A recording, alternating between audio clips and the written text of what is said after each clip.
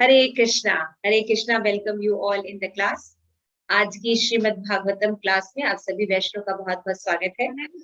तो क्लास शुरू करने से पहले हम छोटी सी प्रेयर्स कर लेते हैं। ओम अज्ञानतिमिरान्धस्य ज्ञानाञ्जनशलाकया चक्षुरुन्मीलितं येन तस्मै श्री गुरुवे नमः। श्री चैतन्य मनोभीष्टं स्थापितं येन भूतले स्वयं रूप कदामयं ददान्ति स्वपदान्तिकम्। वंदे हम श्री गुरु श्रीयुतपदकमलं श्री गुरुन् वैष्णवांश्च श्री रूपम साग्र जातम सहगण रघुनाथान्वितं तम सजीव साद्वैतम सा अवधूतम परिजन सहित कृष्ण चैतन्य देवम श्री राधा कृष्ण पादान सहगण ललिता श्री विशाखा नितांश्च। हरे कृष्णा कृष्ण कृष्ण हरे हरे, हरे राम राम राम हरे। नारायणं नमस्कृत्यं नरं चैव नरोत्तमं देवीं सरस्वतीं व्यासं ततो जयमुदीरये। नष्टप्रायेषु अभद्रेषु नित्यं भागवत सेवया भगवती उत्तम श्लोके भक्ति भवति नैष्टिकी। मुखं करोति वाचाला पंगुं लंघयते गिरिं यत्कृपा वन्दे श्री गुरुदीनतारिणं परमानंद माधवम्। हरे कृष्णा कृष्ण कृष्ण हरे हरे, हरे राम राम राम हरे हरे। ग्रंथराज श्रीमद् भागवतम की जय। आप सभी गौर भक्त वृंद की जय। निताई गौर प्रेमानंदे हरि हरि बोल। तो आप सभी का श्रीमद् भागवतम की कक्षा में बहुत बहुत स्वागत है। तो आज हम श्रीमद् भागवतम के प्रथम स्कंद जो पढ़ रहे हैं, प्रथम स्कंद का हमने 1 से लेके 9 वर्सेस यानी श्लोकास हमने पढ़ लिए हैं। तो हम एक बार रिकैप ले लेते हैं, उसके बाद 10 श्लोका से हम पढ़ना शुरू करेंगे। So I request Gauri to माता जी आपको होस्ट बनाना पड़ेगा मेरे को। 1 minute।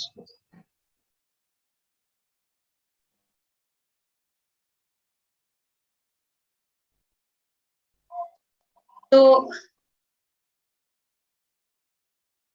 आज की क्लास शुरू करने से पहले हम श्रीमद् भागवतम के बारे में जो शॉर्ट में रिकैप किए थे वो हम पढ़ लेते हैं। हमने पढ़ा था श्रीमद् भागवतम का फर्स्ट कैप्ट। तो भागवतम शुरू करने से पहले हम बार बार सनातन गोस्वामी की जो महिमा स्रोत है श्रीमद् भागवतम में उसको हम पढ़ रहे हैं।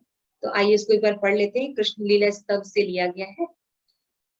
सर्वशास्त्रभिपीयूषं सर्ववेदकी सत्फलं सर्वसिद्धान्त रत्नाध्या सर्वलोक लोकाधिकादृक्प्रदा सर्वभागवता प्राणा श्रीमद्भागवता प्रभो कलिकान्तोदिरुत्थित्य श्रीकृष्ण परिमुक्तिता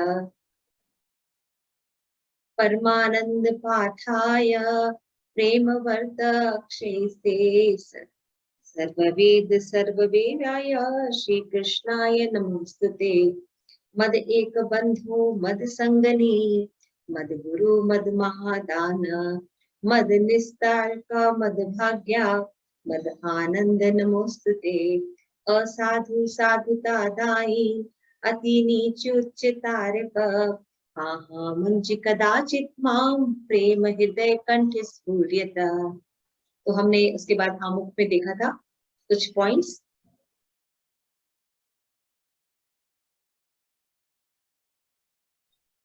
आमुख में हमने देखा था कि आध्यात्मिक साम्यवादी के द्वारा यानी स्पिरिचुअल कम्युनिज्म के द्वारा ही हम सामान्य हित के आदर्शों की स्थापना समाज में कर सकते हैं। अब मनुष्य समाज को श्रीमद् भागवतम अचल ग्रंथ द्वारा दिशा बोध की आज आवश्यकता है, जिससे समान हित के लिए मानवता शांति मैत्री तथा समृद्धि के क्षेत्र में एक हो सके। श्रीमद् भागवतम भी परम सत्य भगवान का तत्वतः वर्णन करता है तथा जीव का भगवान के साथ क्या संबंध है ये बताता है तथा मानव समाज के प्रति अपने कर्तव्य को जानने का भी ये दिव्य विज्ञान है श्रीमद् भागवतम। और श्रीमद् भागवतम का शुभारंभ परम जो सत्य है उनकी परिभाषा से ही होता है। ये श्री व्यासदेव द्वारा रचा गया वेदांत स्रोत का प्रामाणिक भाष्य है जो क्रमशः 9 स्कंदों से विकसित होकर भगवत साक्षात्कार की सर्वोच्च अवस्था तक जाता है। श्रीमद् भागवतम में टोटल 12 स्कंद हैं और इसमें भूमिका में हमने देखा था कि ईश्वर तथा परम सत्य की अवधारणा क्या होती है ना, भौतिक शक्ति का स्रोत कौन है, और श्रीमद् भागवतम के उपदेशक की क्या विशेषता होती है, और भगवान श्री कृष्ण का विज्ञान एवं उनकी आवश्यकता क्यों है आज के जीवन में, ये भी हमने देखा था। और श्री चैतन्य महाप्रभु के जीवन चरित्र के बारे में देखा, क्योंकि भगवान चैतन्य महाप्रभु की कृपा के बिना हम श्रीमद् भागवतम को नहीं समझ सकते। तो आइए हम देखते हैं कैंटो 1 को। हमने देखा कि कैंटो 1 में दो मुख्यतः दो डिवीजन है।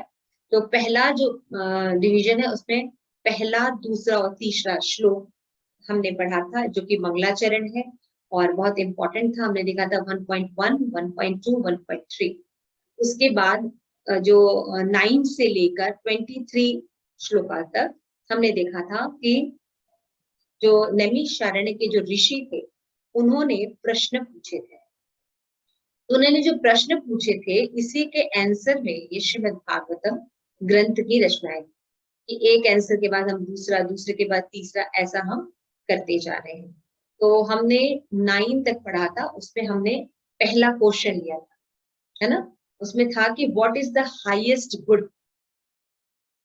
तो इसका आंसर हमने देखा था 1.2.6 और 7 में मिलेगा, यानी प्रथम स्कंद के दूसरे अध्याय के 6ठे और 7वें श्लोक में इसका आंसर मिलेगा कि हमारे जीवन का जो परम कल्याण किसमें है, कि हम भगवान के कृष्ण का प्रेम और भक्ति डेवलप करें।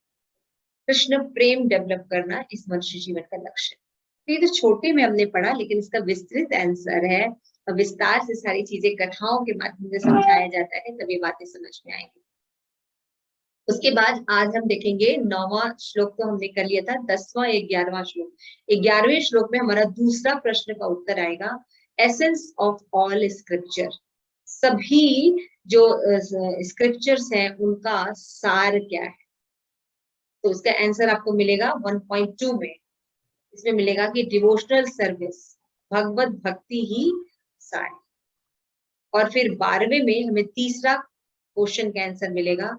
क्वेश्चन पूछा जाएगा कि पर्पस ऑफ कृष्णा अपीयरेंस, कि भगवान जो है वो क्यों प्रकट होते हैं इस मटेरियल जगत में, क्यों लीला अवतार करते हैं। तो उसका आंसर था to reclaim people in mode of goodness. तमोगुण में जो लगे हुए हैं एटलीस्ट वो शुद्ध सत्य तक आए, ताकि भगवान की लीलाओं को वो समझ सके। इसलिए भगवान यहाँ आकर अवतार लेते हैं। तो आइए हम इसको पढ़ने से पहले, यस गौरी थोड़ा और करिए।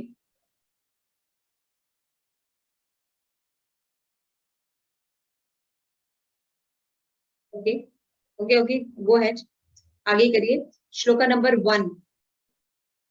1.1 निकालिए।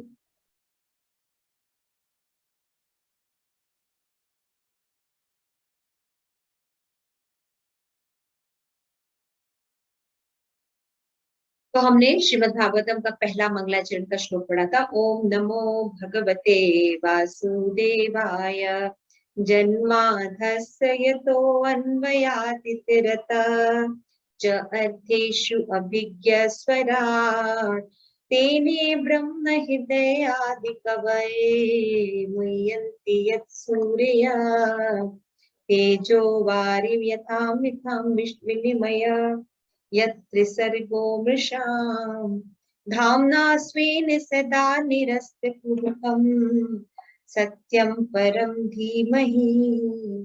हमने देखा था ये पहला जो श्लोक था, इसमें बताया गया है, क्या बताया गया है कि जो परम सत्य है उसकी 7 विशेषताएं बताई गई है ना, कि भगवान जो है ये क्या है, प्रिमेबल कॉज है, भगवान जो है आदि कारण है ना। उसके बाद देखा था कि भगवान क्या है, ऑल कॉग्निजेंट, भगवान क्या है, सब कुछ जानने वाले, अभिज्ञ अभिज्ञ है भगवान। फिर क्या था, स्वराट, भगवान क्या है, फुल्ली इंडिपेंडेंट, ये तीसरा परम सत्य की विशेषता है। फिर भगवान क्या है, इनलाइटनर है। किसके इनलाइटनर है, ब्रह्मा तक को ज्ञान प्रदान करते, तेने ब्रह्म हृदय आदि कवे मुह्यन्ति यत् तेने ब्रह्मेदे आदि। भगवान मेन इनलाइटनर है, सबको देते हैं, ज्ञान देते हैं, सबको हृदय में ज्ञान प्रकाशित करने का जो स्रोत है वो है श्री भगवान का सत्य। इस बात होता है, फिर भी भगवान को जानने वाले इतने बड़े बड़े लोग होते हैं, लेकिन वो भगवान को, परम सत्य को नहीं जान सकते, इसलिए वो बिवाइल्डर हो जाते हैं। मुह्यन्ति यत् सूर्य, ये नेक्स्ट क्वालिटी है। उसके बाद है अल्टीमेट फाउंडेशन, तेजो वारी मृदाम यथा विनिमय। अल्टीमेट भगवान क्या है, जितने भी देवी देवता है उन सबको उत्पन्न करना, मेंटेन करना, कंट्रोल करना, ये परम सत्य का कार्य होता है। उसके बाद जो परम सत्य होता है, हालांकि मेटीरियल जगत में आते हैं डेमिगॉड्स और बाकी व्यवस्था करते हैं, भगवान उत्पन्न करते हैं, क्रिएट करते हैं और उसको पालन करते हैं, फिर भी वो अपने इटर्नल एडोर में रहते हैं, यानी धामना स्वेन सदा निरस्त को हुक्म सत्यम परम देव, सत्यम है भगवान। और ऐसे सत्य भगवान जो कि अपने शाश्वत धाम में वास करते हैं, भौतिक प्रकृति में आकर भी भौतिक प्रकृति के द्वारा कभी प्रभावित नहीं होते, ऐसे सत्य त्रिसत्य भगवान को प्रणाम। तो ये परम सत्य की 7 जो है विशेषताएं वर्णन की गई है। उसके बाद है दूसरा श्लोक, हमने देखा था कि दूसरे श्लोक में बताया गया कि वस्तु निर्देश, श्रीमद् भागवतम में क्या टॉपिक डिस्कस किया है ये बताया गया है। ये भागवतम की क्या विशेषता है, 7 विशेषताएं हैं। उसमें है धर्म प्रोजित कैतवोत परमो, कि इसमें भागवत पुराण में जो कैतव धर्म है उसका बहिष्कार है। और ये जो ग्रंथ है ये कौन पढ़ सकता है, परमो निमस्सराणाम सता, जो शुद्ध हृदय वाले सताम भक्त हैं, जिनके हृदय में ईर्ष्या नहीं होती, उन भक्तों के लिए ये जो ग्रंथ है वो रखा गया है।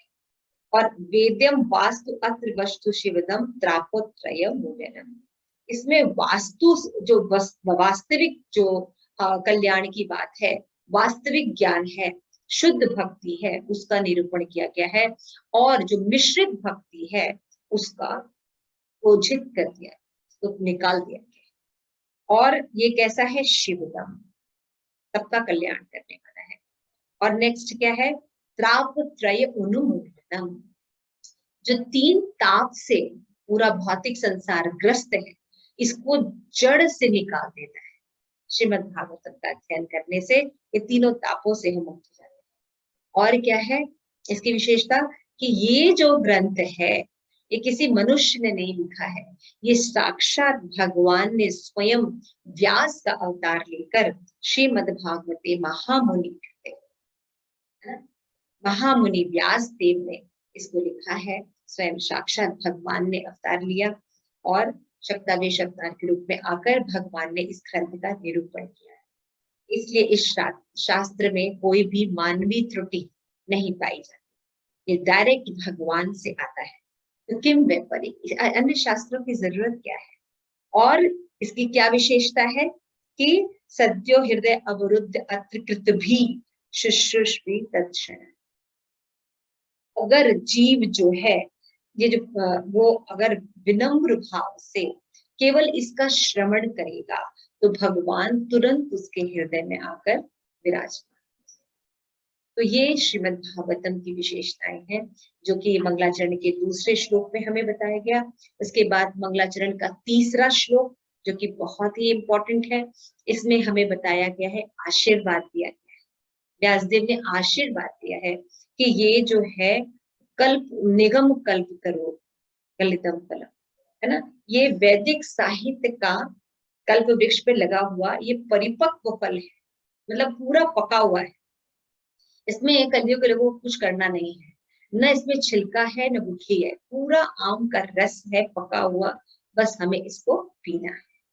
तो ये आशीर्वाद दे रहे हैं व्यासदेव हम सभी कलियुग के लोगों को कि आप इन रसों को पीते रहिए। पिबत शुक मुखाद अमृत द्रव संयुक्तम, ये शुक गोस्वामी के मुख से जूठा है तो ये और भी ज्यादा पवित्र हो गया है। पिबत भागवत रस मानय रसिका भो भाव का, और ये अतएव ये और भी अधिक रुचिकर हो गया है क्योंकि इसको शुकदेव गोस्वामी ने अपने मुख से निकाला है, निश्चित किया है। यद्यपि इसका अमृत मुक्त जीवों के सहित समस्त जनों के लिए पूर्ण ही आस्वादन है। पिछले श्लोक में बोला गया कि निमस्सराणाम सता, है ना, कि जो ईर्ष्या यानी ब्रह्मभूत अवस्था पे ऑलरेडी है वो ये ग्रंथ पढ़ सकते हैं, लेकिन यहाँ व्यासदेव कहते हैं ये जन साधारण के लिए भी। मैं आशीर्वाद देता हूँ कि आप इस भागवत को का रस जो है वो पीते रहे। तो श्रीमद् भागवतम में जो 3 श्लोक है ये मंगलाचरण है, ये बहुत इंपॉर्टेंट है, इसके बारे में हमने काफी अच्छे से डिस्कशन कर लिया था। आइए हम श्लोका नंबर 9 पर चलते हैं। श्लोका नंबर 9 के में हमने कुछ पॉइंट्स देखे थे, जिसमें पहला प्रश्न पूछा गया था। उसमें हमने देखा था कि श्लोका था वो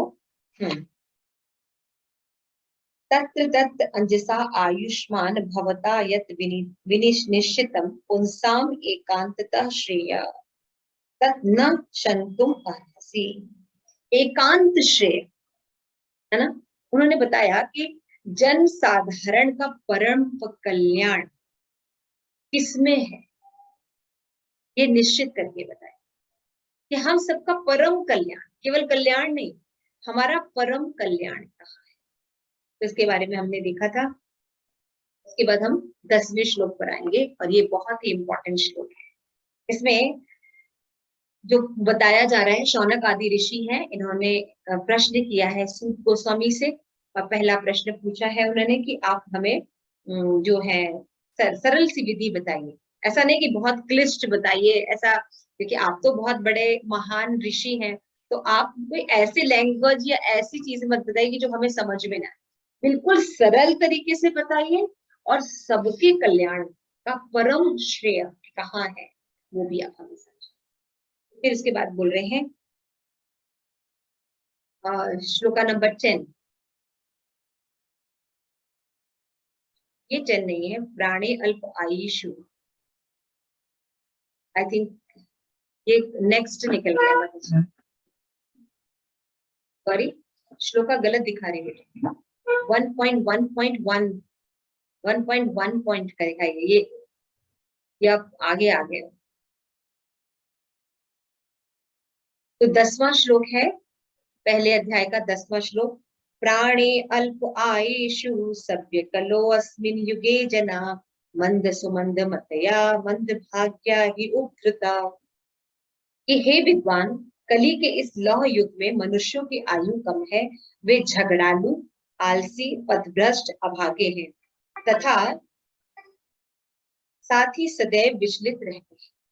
तो यहाँ पे किसी के पास बुक है श्रीमद् भागवतम? यस, परम प्रेष्ठा माता जी थोड़ा सा लाउडली पढ़िए, अनम्यूट कीजिए अपने आप को। हे विद्वान, कली के इस लौह युग में लोगों की आयु न्यून है, वे झगड़ालू, आलसी, पथभ्रष्ट, अभागे तथा साथ साथ सदैव विचलित रहते हैं। भगवत भक्त सामान्य जनों की आध्यात्मिक उन्नति के लिए सदैव चिंतित रहते हैं।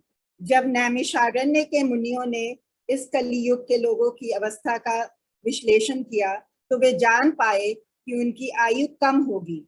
कलियुग में आयु कम होने का कारण अपर्याप्त भोजन नहीं अपितु अनियमित आदतें हैं। कोई भी व्यक्ति आदतों को नियमित करके तथा सादा भोजन करके अपना स्वास्थ्य बनाए रख सकता है। अधिक भोजन, अधिक इंद्रिय तृप्ति, दूसरों की दया पर अत्यधिक पराश्रिता एवं रहन सहन के कृत्रिम मानदंड मनुष्य की प्राण शक्ति तक को चूस लेते हैं। फलस्वरूप जीवन अवधि घट जाती है।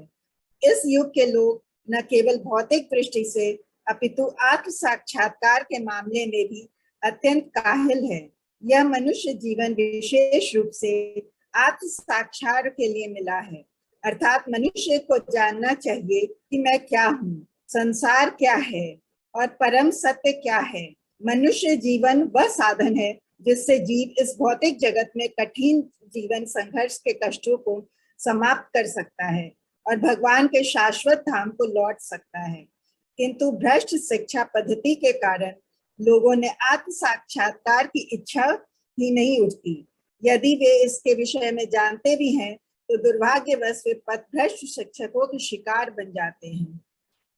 इस युग में लोग न केवल विभिन्न राजनीतिक वर्गों तथा दलों के शिकार हैं, अपितु विभिन्न प्रकार के इंद्रिय तृप्ति करने वाले विपथनों का यथा सिनेमा, खेल कूद, जुआ, क्लब, संसारी पुस्तकालय, बुरी संगति, धूम्रपान, मदिरापान, छलावा, चोरी, मन मुटाव आदि से ग्रस्त हैं।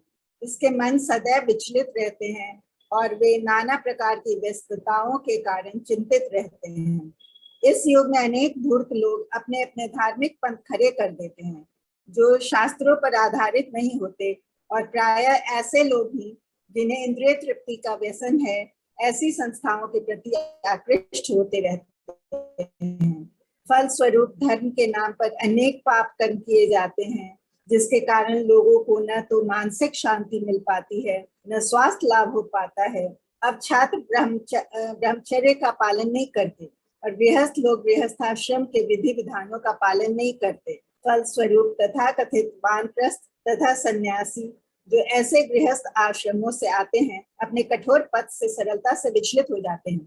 कलियुग में सारा परिवेश श्रद्धा विहीनता से पूर्ण है। मनुष्य अब आध्यात्मिक मूल्यों में रुचि नहीं दिखाते। अब तो भौतिक इंद्रिय तृप्ति ही सभ्यता का मानदंड बनी हुई है। ऐसी भौतिक सभ्यता को बनाए रखने के लिए मनुष्य ने जटिल राष्ट्रों तथा समुदायों का निर्माण किया है और विभिन्न गुटों में निरंतर गर्म तथा शीत युद्ध का तनाव बना रहता है। अतएव आज के मानव समाज में के विपरीत मानदंडों के कारण आध्यात्मिक स्तर को उठा पाना अत्यंत कठिन हो गया है। नैमिषारण्य के ऋषि मुनि पतितात्माओं को मुक्त करने के लिए उत्सुक हैं। अतएव वे श्री सूत गोस्वामी से उपचार पूछ रहे हैं।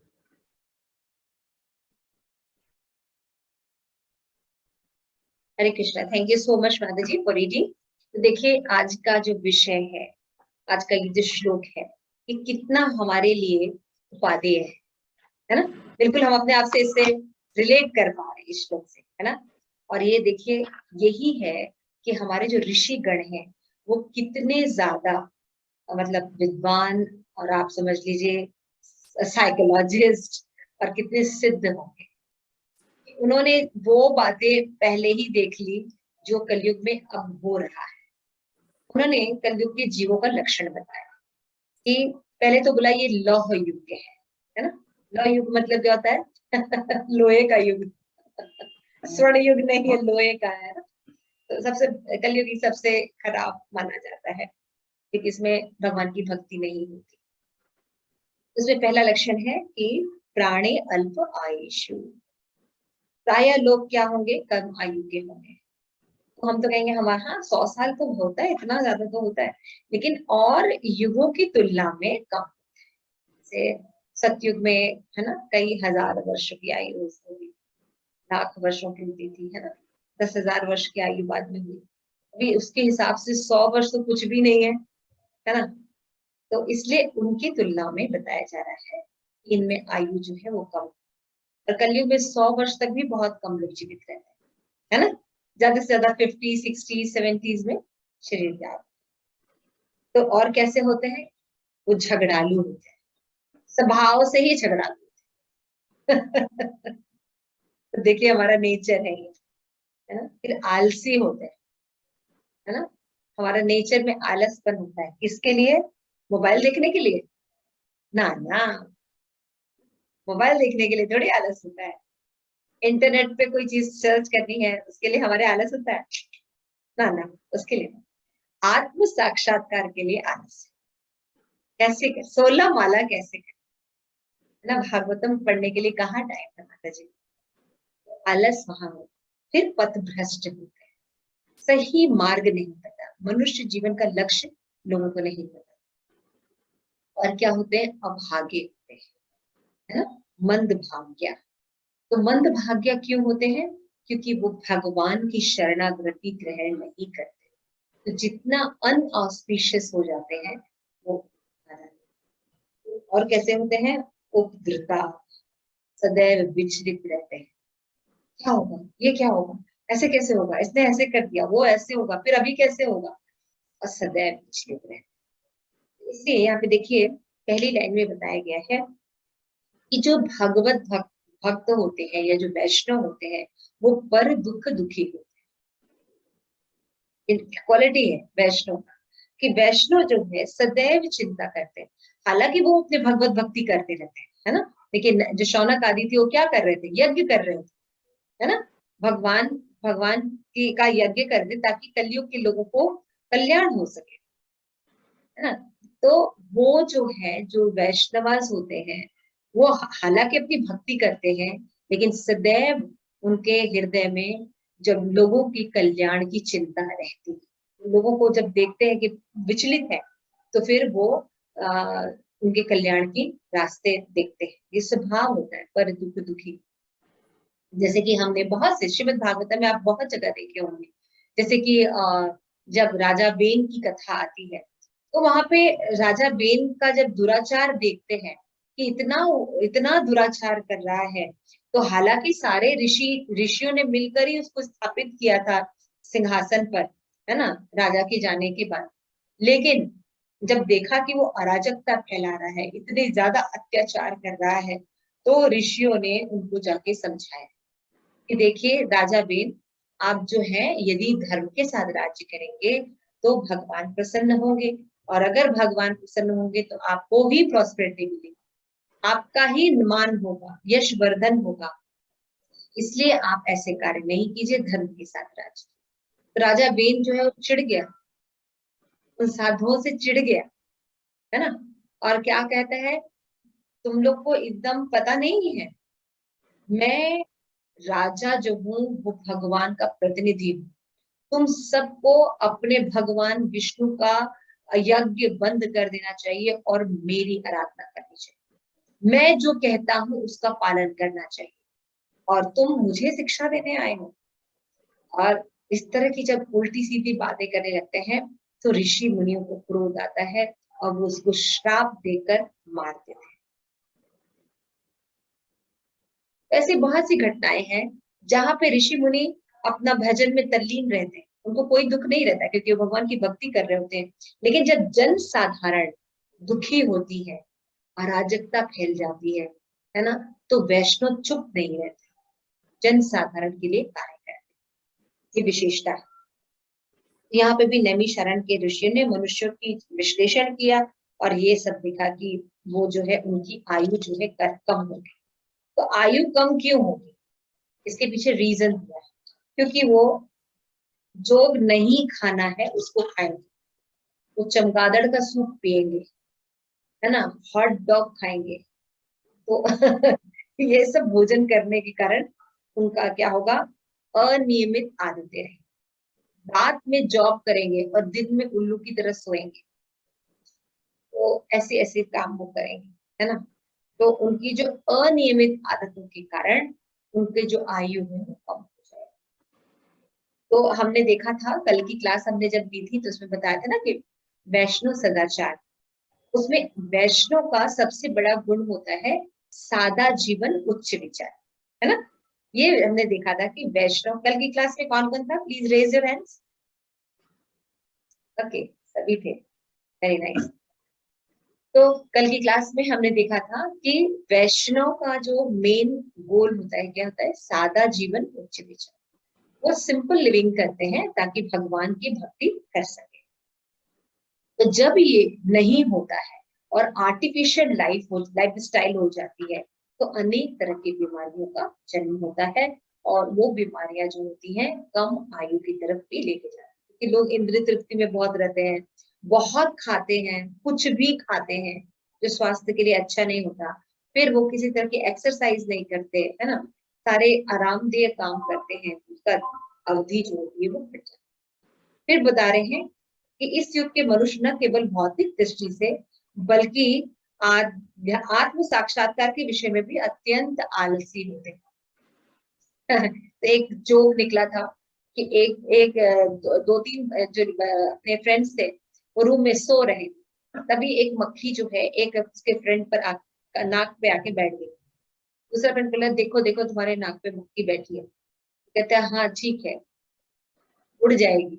कहे अरे उड़ जाएगी, तुम उसको उड़ाओ, देखो मक्खी बैठी है तुम्हारे मुंह पर। तो कहता है नहीं वो उड़ जाएगी अपने आप से। फिर उसको बोलता है हे मक्खी उड़ जा। मतलब उसको अपना हाथ ऐसे ऊपर करके उसको मक्खी उड़ाने के लिए दिक्कत होती है, जैसा कार्टून आया। तो ये हमारी हालत है, आलसी है। आलसी किस क्षेत्र में सबसे ज्यादा है? आत्म साक्षात्कार।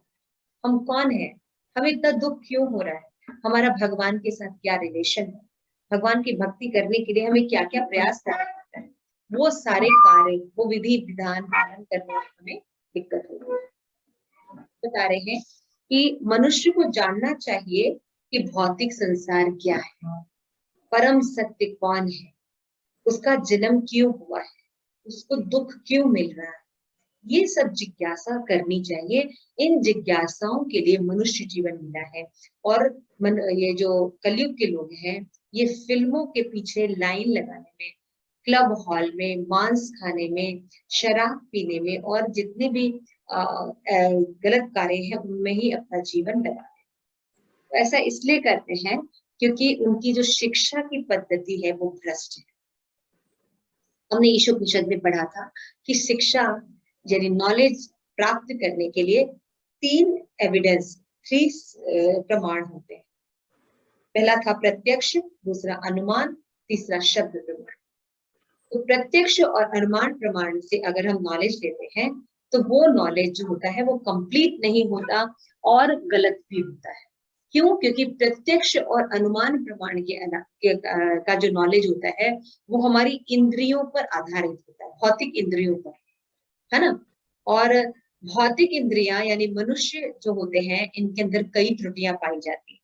तो 4 तो पाई जाती है, वो भ्रमित रहते हैं, धोखा देने की प्रवृत्ति रहती है, उनमें डूइंग मिस्टेक्स, है ना, हमेशा मिस्टेक्स करते हैं और इनकी इंद्रियां सीमित है। तो इन दोषों के होते हुए कोई पूर्ण ज्ञान कैसे दे सकता है? इसलिए जो हम बोलते हैं ना सीइंग इन बिलीविंग, दिखाओ तो मानेंगे। तो आज का जो विद्या हम पढ़ते हैं उस विद्या में हम जो चीजें हमें दिखाई देती है बस उतना ही हम देखते हैं।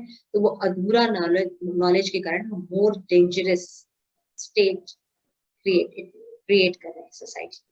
शब्द प्रमाण जो होता है ये हमें प्रामाणिक लोगों से प्राप्त, तो प्रामाणिक स्रोत से प्राप्त होने के कारण शब्द प्रमाण में किसी भी प्रकार की कोई त्रुटि नहीं होती। तो शब्द प्रमाण स्वयं भगवान पुरुषोत्तम के श्रीमुख से निकलता। अब भगवान पुरुषोत्तम कृष्ण जो है उनमें कोई त्रुटि नहीं होती, कोई त्रुटि नहीं होती। वो जो भी ज्ञान देते हैं वो पूर्ण और सबके कल्याण के लिए। आप भगवत गीता का ज्ञान देख लीजिए, आप श्रीमद् भागवतम का ज्ञान देख लीजिए, जो भगवान ने ज्ञान दिया है उसमें सभी का कल्याण। तो आज की जो शिक्षा पद्धति है, सो कॉल्ड शिक्षा पद्धति, उसमें हम पढ़ते हैं कि हम बंदरों की संतान हैं, लेकिन वैदिक साहित्य श्रीमद् भागवतम में पढ़ते हैं हम स्वयंभू मनु की संतान हैं। मानव जो है मनु से आया। देखिए तो हम कहेंगे अच्छा इससे क्या फर्क पड़ता है कि अगर हम मनुष्य से आए हैं, स्वयंभू मनु की संतान है या बंदर की संतान है, इससे फर्क क्या पड़ता है? हाँ परम प्रेष्ठ माता जी, आप तो साइंस की स्टूडेंट है, इस बात से कोई फर्क पड़ता है कि हम बंदर की संतान हैं, ये थ्योरी लेके चलते हैं, या हम स्वयंभू मनु की संतान है, इससे कोई फर्क पड़ता है? फर्क पड़ता है। फर्क पड़ता है। क्या फर्क पड़ता है? वो हमारी मेंटालिटी, मतलब हम इतने बड़े मनु मनु के संतान। यस बिल्कुल ठीक कहा माता जी कि अगर हमको ये पता हो कि हम बंदरों की औलाद हैं तो हमारा व्यवहार कैसा होगा? बंदरों के समान होगा, ज्यादा सुधरने की कोई कोशिश नहीं करेंगे। लेकिन अगर हमें पता हो कि हम इतने बड़े स्वयंभू मनु की संतान है ना, जो भगवान के अत्यंत प्रिय भक्त थे, है ना, उनकी संतान है हम कोई साधारण नहीं है, तो क्या होगा? और फिर उसके बाद हमें ये पता चलता है कि हम कृष्ण सच्चिदानंद जो कृष्ण है उनके अंश हैं, है ना। तो हम हमारे अंदर कितना फर्क पड़ जाए कि नहीं, अगर भगवान के मनुष्य है तो हम इस जगत में क्या करते हैं, हमें तो भगवान में आसक्त होना चाहिए। हमें अपने घर वापस जाना है जहाँ जन्म मृत्यु जरा व्याधि नहीं। मैंने बैड बार्गेनिंग कर ली है, लेकिन हमें बेस्ट यूज कर सकता, जैसे श्री प्रभुपाद हमेशा बोलते है ना। इस तरीके से इस युग में मनुष्य न केवल विभिन्न राजनीतिक वर्गों और दलों का शिकार है, अपनी इंद्रिय तृप्ति के आकर्षण के लिए कई चीजें बनी हुई हैं। पुस्तकालय है, क्लब्स है ना, ऐसे कई तरह की चीजें बनी हुई। तो प्रभुपाद यहाँ पे बता रहे हैं कि एक तो धर्म का नॉलेज नहीं, दूसरी बुद्धि कम है, उसके बाद ये अपने धर्म के बारे में बगाड़ते हैं, धर्म के बारे में बड़ी बड़ी टीकाएं बोलते हैं, श्रीमद् भागवतम और भगवत गीता के बारे में बात करते हैं। एक तो नॉलेज नहीं है, दूसरी अल्प आयु है, पथ भ्रष्ट है, आलसी है, ऊपर से ये इतने बड़े बड़े जो भगवान के द्वारा स्थापित सिद्धांत है उनके विषय में बोलते हैं। तो बोलते क्या है, या तो मायावादी बोलते हैं या निर्विशेषवादी बोलते हैं है ना, जो कि भगवान तक तो छोड़िए, नॉर्मल भी हम सही से ज्ञान नहीं दे पाते। इसलिए धार्मिक पंथ अनेक खड़े हो गए। तो भक्ति विनोद ठाकुर भी बताते हैं, है ना, कि 10 तरह के अप सिद्धांत होते हैं, आउल पाउल, है ना, और भी भेकरी नाकरी, आई थिंक ऐसे करके 9-10 उन्होंने अप सिद्धांत के बारे में बताया कि ये लोग क्या करते हैं, राधा कृष्ण का नाम लेते हैं, गौर निताई का भी नाम लेंगे, भगवान की भक्ति करेंगे, लेकिन सब पाखंड करते हैं, उसमें चैतन्य महाप्रभु के द्वारा बताए गए सिद्धांतों को कोई पालन नहीं करते। भक्ति करते हैं और स्त्री संग करते हैं, भक्ति करते हैं और नशा करते हैं, समझ रहे हैं, 4 सिद्धांतों का पालन नहीं करते। तो इस तरह से ये लोग जो होते हैं, ये धार्मिक पंथ तो खड़े कर लेते हैं, लेकिन वो प्रामाणिक शास्त्र के आधार पर नहीं होता। हमने देखा था कि जो शास्त्र बताते हैं कि 4 तरह के संप्रदाय हैं, उन संप्रदाय में जब हम नॉलेज लेते हैं तब जाकर हमारा जो नॉलेज होता है वो ऑथेंटिक। 4 संप्रदाय हमें सबको पता है, ब्रह्म मध्य गौड़ीय संप्रदाय, है ना, श्री संप्रदाय, रुद्र संप्रदाय और 4 कुमार। तो हम लोग कौन से संप्रदाय में है, नंदी मुखी माता जी? ब्रह्म मध्य गौड़ीय संप्रदाय। ओके ओके ठीक है, कोई बोलिए बोलिए। ब्रह्म माधव गौड़ीय संप्रदाय। यस, हम लोग ब्रह्म मध्य गौड़ीय संप्रदाय से बिलोंग करते हैं। तो जब हम इन संप्रदायों से नॉलेज लेते हैं तो हमारा नॉलेज कंप्लीट होता है, क्योंकि इन चारों को जो नॉलेज प्रोवाइड किया गया है वो परम सत्य के द्वारा ही, सोर्सेस के द्वारा प्रोवाइड किया गया है। तो इनका जो नॉलेज होता है वो पूर्ण होता है। यहाँ पे देख रहे हैं कि अभी जो यहाँ लास्ट पैराग्राफ में बोलता है, अतएव मानव समाज के विकृत मापदंडों के कारण आध्यात्मिक स्तर को उठा पाना अत्यंत कठिन हो गया है। आज हम ऐसा फील कर रहे हैं ना कि हमारे जो मानदंड हैं वो इतने ज्यादा विकृत हो गए, है ना, कि हमें आध्यात्मिक जगत का अगर कोई उठाया जाए, आप देख रहे हैं आजकल कितना हिंदू मुस्लिम के नाम पर कितना कुछ हो रहा है, लेकिन ध्यान से देखिए तो न मुस्लिमों को कोई चीज पता है, न हिंदू जो है अपने सनातन धर्म को भूल गए, है ना। तो उनको कैसे भक्ति करनी चाहिए, भगवान का कैसे ज्ञान करना चाहिए, ये भी, ये सब नॉलेज नहीं। इसलिए क्या करना चाहिए, जैसे अभी बीच में जो कोरोना हुआ था, तो आप सब लोग को याद होगा हमारे माननीय प्रधानमंत्री नरेंद्र मोदी ने एक दिन कहा कि सारे लोग ना इस समय पर निकलकर शाम के समय थाली पीटेंगे, याद है आपको? थाली लेंगे और चम्मच से पीटेंगे। अब यकीन मानिए सब निकल गए थे शाम को और थाली निकाल के काफी देर तक बजाते रहे। तो क्या हुआ इससे? और दूसरी तरफ कोरोना में हमारे गुरु महाराज ने आदेश दिया कि आप लोग को कीर्तन करना चाहिए, बालकनी में बैठ के कीर्तन करना चाहिए। तो हम सब कीर्तन करते थे। हम कीर्तन कितनी देर तक कर सकते हैं? प्रेम मंजरी, कीर्तन कितनी देर तक कर सकते हैं?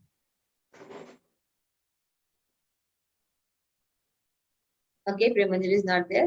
ओके, अदिति माता जी, हम कीर्तन कितनी देर तक कर सकते हैं?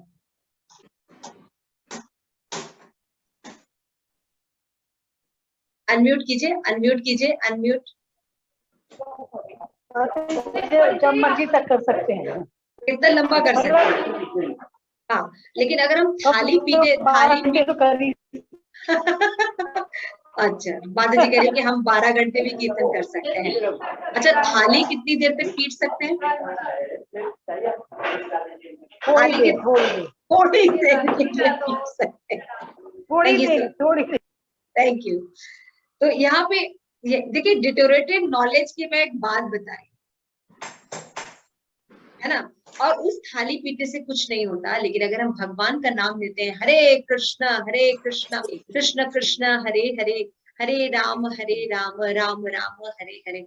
जब भगवान का नाम लेते हैं तो भगवान क्योंकि परम पवित्र है, उनका नाम भी परम पवित्र है, वो पूरे जगह को पवित्र बना देता है, पूरी जगत को पवित्र बना देता है, पूरी जगह को पवित्र कर देता है। और जितने भी हमारे प्रॉब्लम्स हैं, उनका जो वाइब्रेशन है वो पवित्र हो जाए भगवान का नाम लेने से। केवल हम कीर्तन से ही नहीं, हम देख सकते हैं कि भगवान का नाम लेना और थाली पीटना दोनों में अंतर देख लीजिए। तो ज्ञान जो है वो शास्त्र का है, और ऐसे लोग नहीं है। आज हमारा जो ज्ञान है वो शास्त्र के आधार पर नहीं है, तो इसलिए हम पतित हैं। और ऐसे लोगों को आप सोचिए, हमारे सारे नेताओं का अगर ये हाल है तो आम जनता का क्या हाल है। उन लोगों को अगर हम शील प्रभुपाद के द्वारा बताई गई शिक्षाओं को देंगे तो कितना ग्रहण करने वाले है ना। अब गौरी और भूमिका जैसे तो बच्चे बहुत कम ही आने वाले हैं हमारे पास कि भाई बनाना है तो पहले भगवान का प्रसाद बनाओ, भोग लगाओ, तब खाओ। अरे माँ, ये क्या कह रही है? अरे मार्केट में मिलता है, खरीदो खाओ, इतना टाइम का है माता जी, है ना। तो ऐसे बच्चे बहुत कम आते हैं। अब बीमार भी है तभी क्या भगवान को बनाएंगे, माता जी आज क्या बनाए, आज ये बनाते हैं, अच्छा चलो बना ही लेते हैं, अभी भगवान को भोग लगाएंगे फिर खाएंगे, है ना, तपस्या कर रहे हैं। तो आत्म साक्षात्कार तक उठाना बहुत मुश्किल हो गया है, क्योंकि इतना डिग्रेशन हो गया शिक्षा प्रणाली, है ना, परिवार के संस्कार, आसपास के मूल्य, समाज के मूल्य, देश के मूल्य इतना ज्यादा डिटेरियोरेटेड हो गया है कि आध्यात्मिक स्तर पर उठाना बहुत मुश्किल है। तो नैमिषारण्य के ऋषि मुनि पतित आत्माओं को मुक्त करने के लिए उत्सुक हैं और सूत गोस्वामी से उपचार पूछ रहे हैं। क्या आप लोगों में से कोई परम कल्याण कैसे होगा जानना चाहेगा? जो शौनक आदि ऋषि पूछ रहे हैं प्रश्न, तो क्या आज हमें उत्सुकता नहीं है कि हमें भी ऐसा जानना चाहिए? तो आप देखिए, शौनक आदि जो ऋषि हैं, उनका जो लेवल है वो कितना हाई, उनका सिद्ध पुरुष है। वो कलयुग में अभी नहीं आए हैं, लेकिन कलयुग के लक्षण बताते हैं। और क्या ये साइंटिफिक नहीं है? आज ऐसा है नहीं क्या? आज लोगों की आयु ऐसी नहीं है, वो झगड़ालू नहीं है, वो आलसी नहीं है, ऐसा है? आजकल कलयुग के लोग ऐसे हैं? माधुरी माता जी, क्या फील करते हैं आप? हरे कृष्णा माता जी, ये गुण तो अभी हम में भी मिलते हैं, चाहे हम में भी कितनी कोशिश कर ले। यस, बिल्कुल सही कह रहे हैं। तो देखिए, तो उन लोगों के पास माइक्रोस्कोप नहीं था कोई, है ना, या कोई आज की जो टेक्नोलॉजी थी वो शायद नहीं थी। वो लोग पहले से ही सिद्ध थे, क्योंकि वो भगवान की भक्ति करते थे। और भगवान तेने हृदय ब्रह्म आदि कवे, भगवान हृदय से भी ज्ञान प्रकट करते थे, और भगवान का ज्ञान पूर्ण होता है, ये प्रूफ होता है। तो शौनक आदि जो प्रश्न पूछ रहे हैं, वो ये नहीं पूछ रहे कि मेरा कल्याण किसमें हो, please tell me how I become happy. ये क्वेश्चन नहीं है, how everyone become happy. This is the question of a Vaishnav. और आज इन सिद्धांतों के बारे में कोई नहीं जानता। जीवो जीवस्य जीवनम, एक को मार के दूसरे को आगे बढ़ना, यही जीवन सीख रहे हैं, है ना, जीवो जीवस्य जीवन। यहाँ पे वैष्णव धर्म स्थापित होता है कि नहीं, सबका कल्याण, परम आश्रय क्या है, परम श्रेयस, एकांत श्रेय शब्द यूज किया, एकांत श्रेय, है ना, निर्तात श्रेय क्या है। थोड़ा बहुत शेर नहीं। ओके, हम अभी नेक्स्ट श्लोक पर जाते हैं, वो है 11वें श्लोक। भूरि भूरि भूरि कर्माणि श्रोतव्यानि विभागशः अतः सात्वो यत्य सारं समुद्रत मनीषया भूरि भद्राय भूतानां ये आत्मा सुप्रसीदति, ये आत्मा सुप्रसीदति। तो बोलते हैं कि शास्त्रों में अनेक प्रकार हैं, सब में अनेक नियम है, कर्मों का उल्लेख किया गया है, उनके कई विभाग हैं, कई वर्षों तक अध्ययन करने पर भी उनके बारे में सीखा नहीं जा सकता। अतः हे साधु, हे सूत गोस्वामी, कृपया आप इन समस्त शास्त्रों का सार, क्योंकि हमारे पास टाइम नहीं है, इतनी बुद्धि भी नहीं है और इतना पेशेंस भी नहीं है कि सारे शास्त्र हम पढ़ने चले, तो आप केवल सबका जिस्ट जो है, सार जो है, हमें चुनकर बताइए और कृपया इन समस्त शास्त्रों का सार चुनकर समस्त जीवों के कल्याण हेतु समझाइए, जिससे इस उपदेश से उनके हृदय पूर्ण रूप से संतुष्ट हो जाए। ऐसा सार समझाइए कि जो ये आत्मा सुप्रसिद्ध, शरीर सुप्रसिद्धि नहीं वर्ड यूज है, ये आत्मा सुप्रसिद्धि। अगेन ये शो करता है इस शौनक आदि ऋषि को ये ज्ञान था, हम शरीर नहीं, हम आत्मा है, हम जीवों के बारे में राइट अंडरस्टैंडिंग है। आज के साइंटिस्ट लोग हमको शरीर ही मानते हैं और उसी के बारे में अलग अलग अन्वेषण करते रहते हैं, इसीलिए कंप्लीट नॉलेज नहीं है, इसलिए कंप्लीट सोल्यूशन वो हमें प्रदान नहीं कर पाते। एक चीज को सॉल्व करते दूसरे 100 प्रॉब्लम को क्रिएट कर देते हैं, है ना। यहाँ पे बोल रहे हैं ये आत्मा सुप्रसिद्धि, ऐसा उपदेश दीजिए कि हम आत्मा से तृप्त हो जाए, और कैसे, केवल हम ही नहीं, सभी का कल्याण। तो इसको पढ़ने के लिए कौन पढ़ेगा? Please raise your hands. बस बुक है वो अलाउड पढ़े, हिंदी।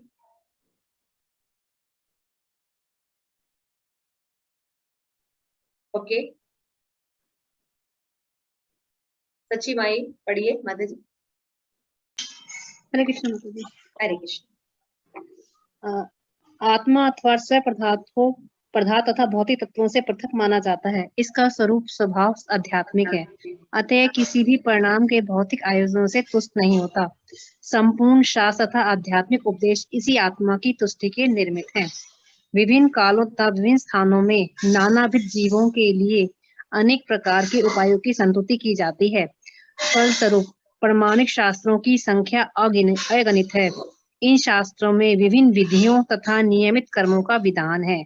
इस कली काल में सामान्य जनता की पतित अवस्था को ध्यान में रखते हुए नैमिषारण्य के मुनियों ने श्री सूत गोस्वामी से अनुरोध किया कि वे इन समस्त शास्त्रों का सार कह सुनाएं, क्योंकि इस युग में पतित आत्माओं के लिए वर्णाश्रम पद्धति में इन विविध शास्त्रों के उपदेशों को पढ़ना तथा समझ पाना संभव नहीं है। मनुष्यों को आध्यात्मिक स्तर तक उठाने के लिए वर्णाश्रम वाले समाज को सर्वोत्कृष्ट संस्था माना जाता था, किंतु कलयुग के कारण इन संस्थाओं के विधि विधानों को पूरा कर पाना संभव नहीं रह गया है।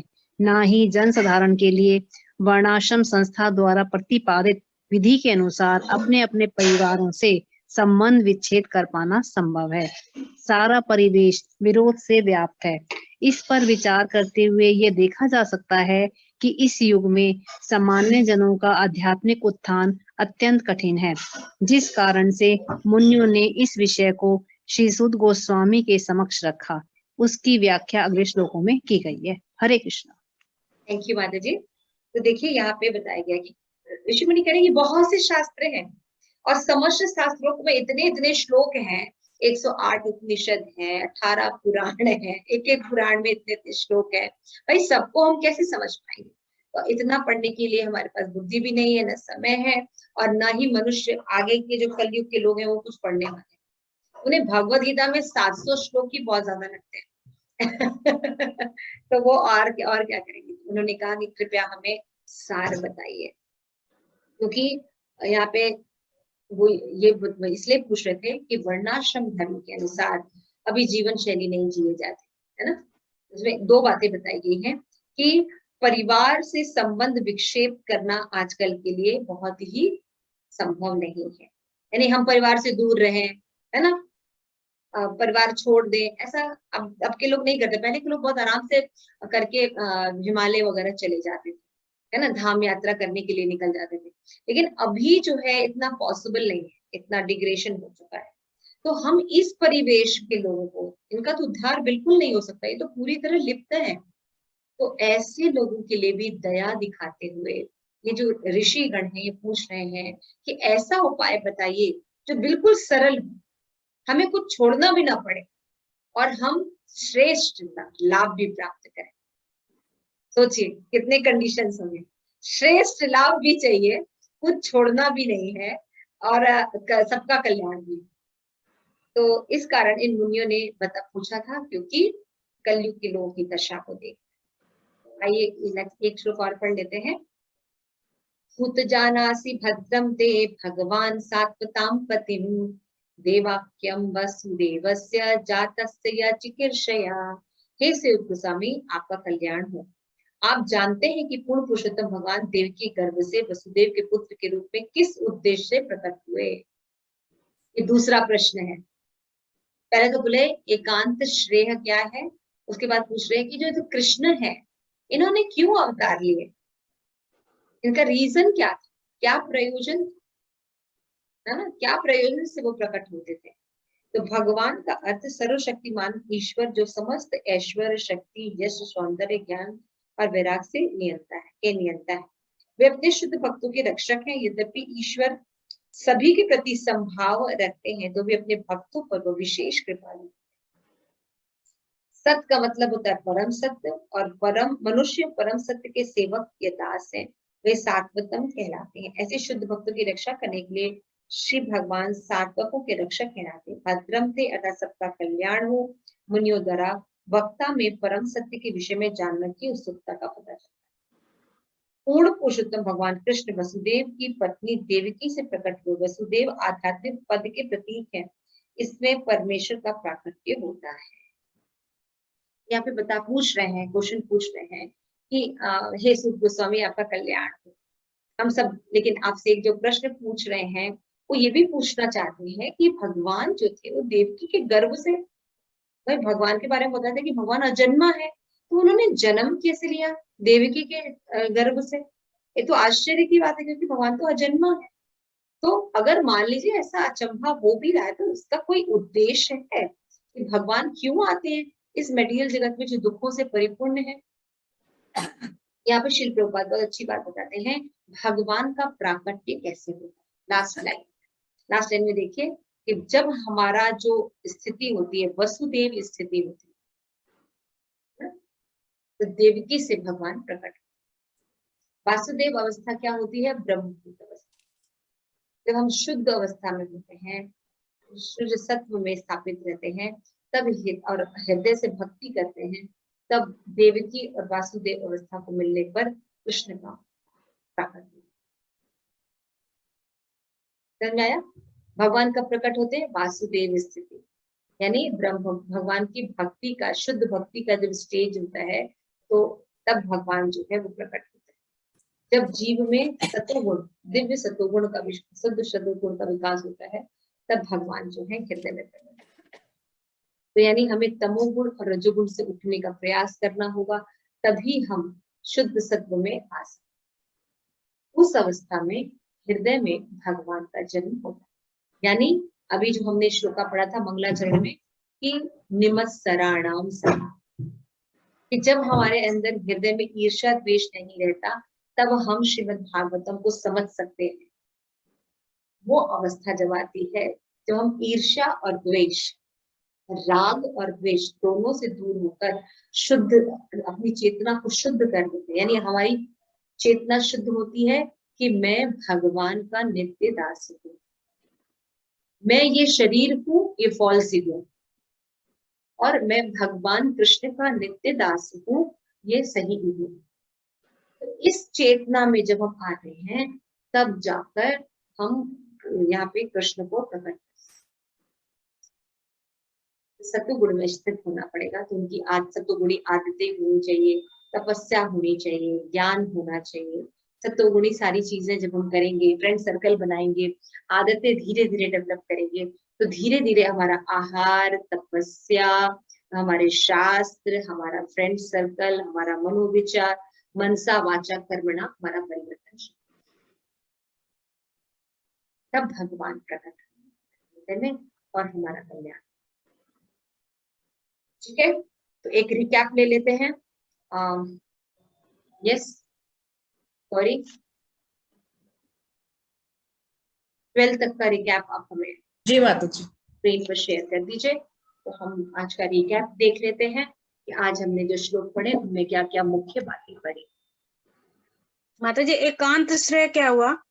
एकांत मतलब हमारा परम कल्याण। परम कल्याण क्या? एक होता है कल्याण, है ना, एक होता है शरीर के लिए कल्याण, लेकिन एक होता है कि पूरे लोगों का आत्मा, मतलब परम कल्याण किसका? तो देखिए, हमने 10 में पढ़ा कि लंबी आयु वाले हे सूत गोस्वामी, आपके द्वारा मनुष्यों के लिए जो सम्यक रूप से निषेध किया गया है, उस एकांतिक श्रेय से बताइए जो सरलता से समझ में आ जाए। नेक्स्ट, मोक्ष के परे है भगवत प्रेम। प्रमाण श्रीमद् भागवतम। हमने देखा कि श्रीमद् भागवतम जो है वो कैसे है, वो जो उसमें धर्म प्रोजित कैतव धर्म जो है वो निकालती है ना, कि जनरली लोग क्या सोचते हैं, धर्म अर्थ काम मोक्ष, इसके बारे में नॉलेज होता है, लेकिन भागवत हमें पंचम पुरुषार्थ कृष्ण प्रेम के बारे में बताता है और इन चारों को रिजेक्ट कर देता है।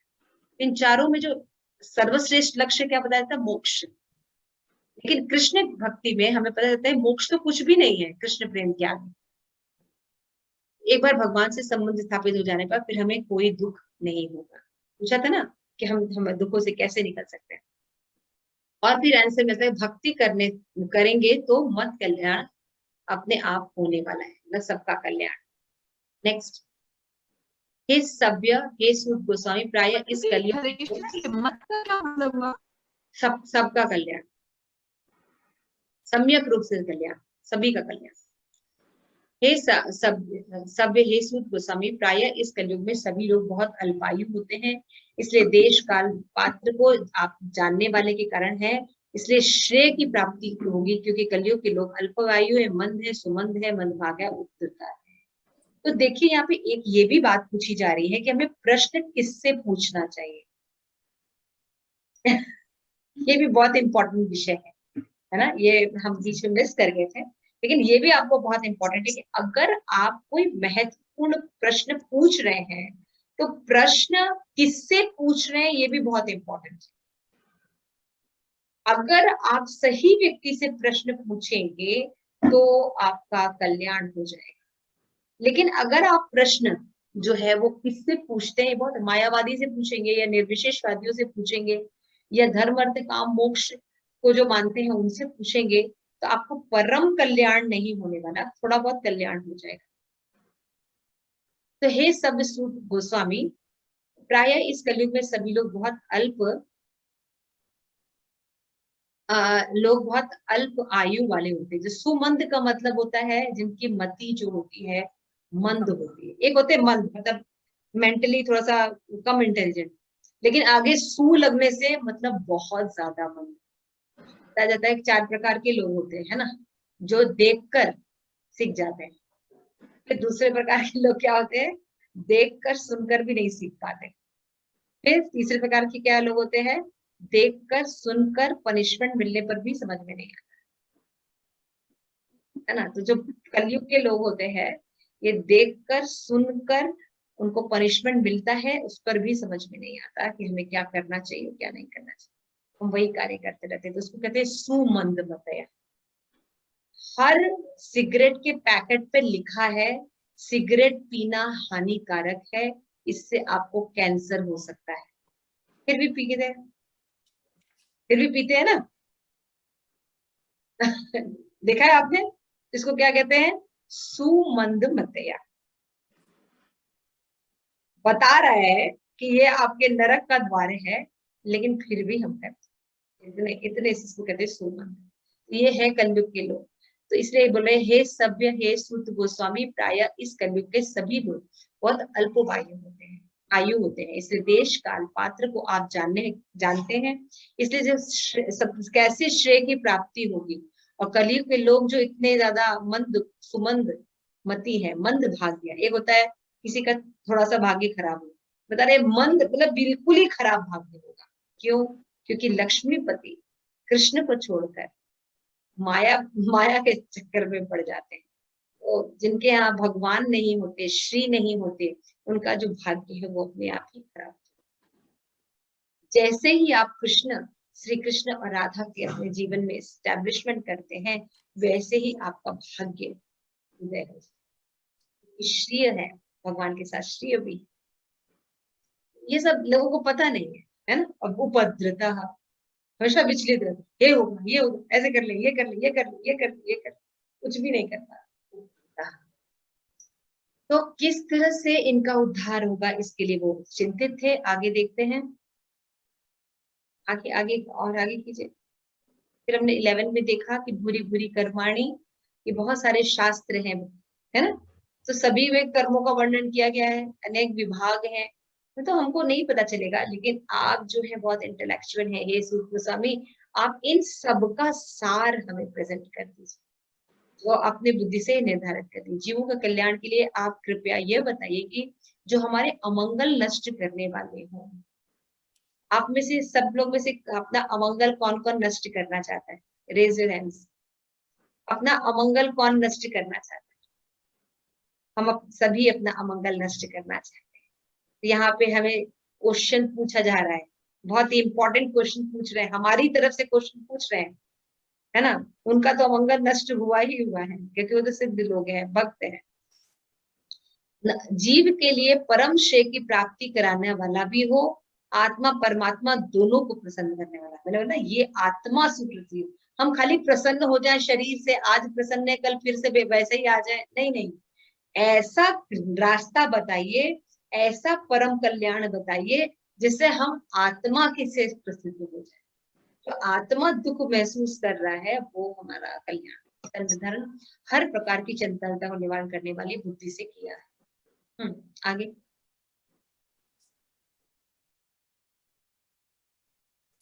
इसलिए शौनक आदि ऋषि बहुत व्याकुल हैं कलयुग के लोगों को उद्धार करने के लिए। किसी भी भौतिक व्यवस्था के द्वारा जीवात्मा कभी संतुष्ट नहीं हो सकता। आहार, निद्रा, भय, मैथुन, कोई भी व्यवस्था जीव को कभी सुखी नहीं कर सकती। इंद्रियों के द्वारा उनके भोगों से संपर्क करके ही व्यक्ति का दुख का निर्माण होता है। दुख कैसे होता है? या संस्प्रजा भोगा, जब इंद्रियां जो है इन विषयों के संपर्क में आती हैं तो उसका दुख शुरू होता है, यानी शरीर धारण करना दुख है। शास्त्रों का यह उद्देश्य है कि जीव को घोर अंधकार में पड़ा है, उसे धीरे धीरे प्रवृत्त करके भक्ति स्वीकार करना के स्तर तक लाया जाए। मतलब इतना डिग्रेशन हो गया है कि पहले तो उसको मनुष्य बनाया जाए मनुष्य बना के उसको फिर भगवत यानी कृष्ण उन्मुख बनाया जाए, क्योंकि सतो गुणी का मतलब कहता है देवी देवताओं का भक्त बनाना देखिए कितना काम करना पड़ेगा अगर हम वैष्णव हैं। तो पहले तो मनुष्य बनाए किसी को। हम लोग जनरली भक्तिवादी कहते हैं इतना तो पालन कर रहे हैं, 4 नियम का पालन करते हैं, 16 माला का जप करते हैं, तो 4 नियम का पालन करने से तो आप मनुष्य बनते हैं, इसमें भगवत भक्ति कहाँ है आप समझ रहे हैं कितना ज्यादा ये सब है। शास्त्रों का उद्देश्य है कि जीव जो घोर अंधकार में धीरे धीरे प्रगति करे। ज्ञान कांड कर्म कांड से भक्ति नहीं मिल सकती, लेकिन जीव नियम पालन करना सीख जाए। कुछ नियम आ जाते ना, अगर ज्ञान कांड में भी रहेगा कुछ करेगा तो नियम आ जाएगा। 12वां हमने पढ़ा था, यस। सुध गोस्वामी आपका कल्याण हो। आप जानते हैं कि भगवान को षट ऐश्वर्य से पूर्ण है, अपने शुद्ध भक्तों के रक्षक है। वे वसुदेव की पत्नी देवकी के गर्भ से किस उद्देश्य से प्रकट हुए? ये 3rd क्वेश्चन है, भगवान क्यों प्रकट होते हैं? जो भगवान संकल्प मात्र से भक्तों की रक्षा कर सकते हैं, देवकी वसुदेव द्वारा क्यों प्रकट हुए? भक्त जब भगवान की लीला का श्रवण करे तो प्रेम माता यशोदा और अन्य ब्रज के भक्तों को भगवान से हुआ, वही प्रेम उन श्रवणकारी भक्तों को भी प्राप्त होगा। यानी जो ब्रज के लोगों को भक्ति प्राप्त हुई, जब हम कृष्ण कथा सुनते हैं तो हमको भी वही भक्ति प्राप्त हो जाती है। देखिए केवल कथा श्रवण करने से ही हमें वो दशा प्राप्त है। भक्तों को कृष्ण कथा प्रदान करने के लिए भगवान आते हैं, है ना? सब्जेक्ट मैटर देने के लिए, भक्ति का मैटर देने के लिए भगवान यहाँ आते हैं। परित्राणाय साधु नाम करने के लिए भगवान, विनाशाय दुष्कृताम तो साइड बिजनेस है, वो ही जाता है उसके लिए भगवान आते नहीं। भगवान कृष्ण नाम रूप गुण लीला को प्रकट करने के लिए आते हैं, भगवान के श्रवण कीर्तन की विधि को स्थापित करने के लिए आते हैं। तो ये सब रीजन है भगवान का आने का। वसुदेव स्थिति मैंने अभी वर्णन किया था कि त्रिगुणातीत स्थिति होती है, इसमें सतोगुण रजोगुण और तमोगुण से परे है। तो वसुदेव भगवान के पिता हैं जो दिव्य अवस्था में है, शुद्ध भक्त है, इसलिए भगवान उनको पिता के रूप में स्वीकार करते हैं, उनके द्वारा प्रकट होते हैं।